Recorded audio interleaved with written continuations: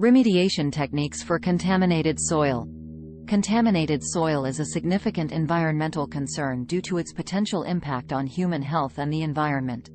Remediation techniques aim to reduce or eliminate the harmful effects of soil contamination. There are two broad categories of soil remediation techniques: in situ and ex situ. In situ techniques treat the contaminated soil in place, while ex situ techniques involve removing the contaminated soil from the site for treatment elsewhere. In situ techniques include soil flushing, in situ bioremediation, phytoremediation, and chemical oxidation. Soil flushing involves injecting a solution into the soil to extract contaminants. In situ bioremediation uses microorganisms to break down contaminants in the soil. Phytoremediation involves using plants to remove contaminants from the soil. Chemical oxidation uses chemicals to break down or transform contaminants in the soil. Ex situ techniques include soil excavation, soil vapor extraction, and thermal desorption.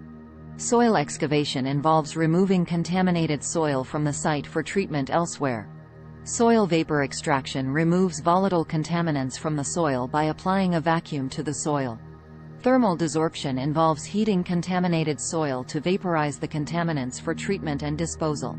Each remediation technique has its advantages and disadvantages, and the best option depends on the specific site and type of contamination. Factors such as soil type, contaminant type and concentration, and site accessibility must be considered when selecting a remediation technique. Remediation projects must comply with relevant laws and regulations, which vary by country and jurisdiction. Site characterization and monitoring are important for determining the effectiveness of remediation efforts and ensuring compliance with regulations.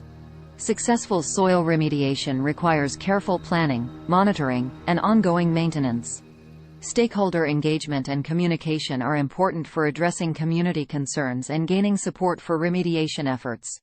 The ultimate goal of soil remediation is to restore the contaminated site to a condition that is safe and suitable for its intended use.